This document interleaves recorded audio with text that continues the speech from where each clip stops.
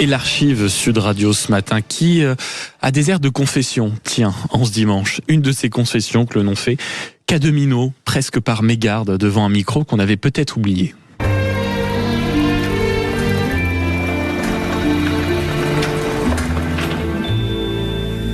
Hier encore, j'avais 20 ans, je caressais le temps et jouais de la vie comme on joue de l'amour, et je vivais la nuit sans compter sur mes jours qui fuyaient dans le temps. Nous sommes en 1972 et la France danse, la France consomme, la France découvre la résidence secondaire, le week-end prolongé, la semaine de 40 heures.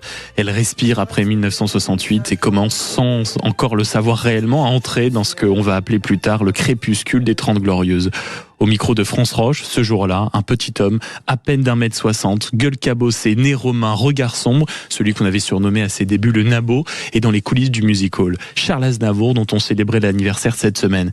Cette époque, dans l'archive, il a 48 ans, déjà une légende, déjà 100 chansons écrites pour les autres avant d'oser enfin les chanter lui-même. Déjà cette voix éraillée, méprisée par les critiques, refusée par les producteurs, et qui désormais émeut le monde entier. Et puis cette phrase, lâchée, presque sans y penser.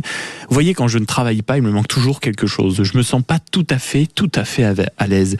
Et tout est là, l'aveu d'un homme dont le moteur n'est ni le succès, ni l'argent, ni la gloire, mais le travail comme refuge, le travail comme oxygène, le travail comme cette chose vitale, intérieure, têtue qui empêche de tomber.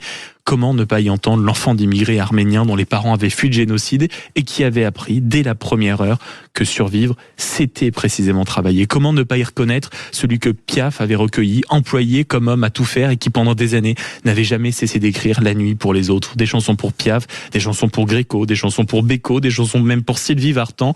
Comment ne pas deviner dans ce demi-aveu l'angoisse de celui qui sait que tout peut s'arrêter demain et que la scène est un sursis, que le silence est une menace. Charles Aznavour ne se reposait pas, il écrivait, il composait, il enregistrait en 9 langues, il chantera jusqu'à 94 ans, le bras dans une attelle, parce qu'il finira par le dire près d'un demi-siècle plus tard, je ne peux pas ne pas vivre et je vis sur scène.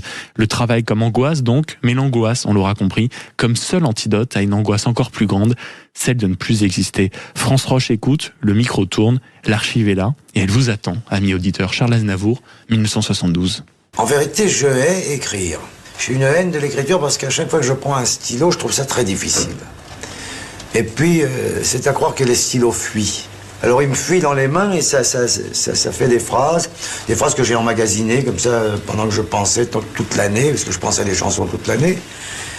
Et puis, quand la chanson est terminée, j'ai bien souffert, mais vraiment très bien souffert, et tout d'un coup, je suis merveilleusement délivré comme une femme enceinte qui vient d'avoir son enfant. Votre vie privée influence votre production de chansons ?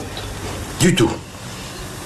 Ce sont deux choses totalement séparées. Parce que moi, je vis une vie parfaitement heureuse et j'écris des chansons affreusement tristes. Vous venez de tourner plusieurs films.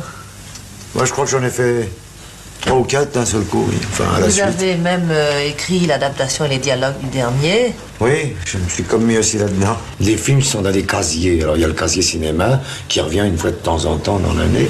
Mais la chanson, c'est une ligne continue parce que je suis beaucoup plus mêlé à la chanson qu'au cinéma. Vous êtes un inquiet, en somme. Quand vous ne travaillez pas, vous vous sentez coupable. Je me sens mal à l'aise, en tout cas. C'est un peu comme le matin quand on se lève et qu'on met 1 heure de plus pour prendre son bain. Vous savez, on se sent pas tout à fait à l'aise. Ben, c'est la même chose. Quand je travaille pas, il me manque quelque chose.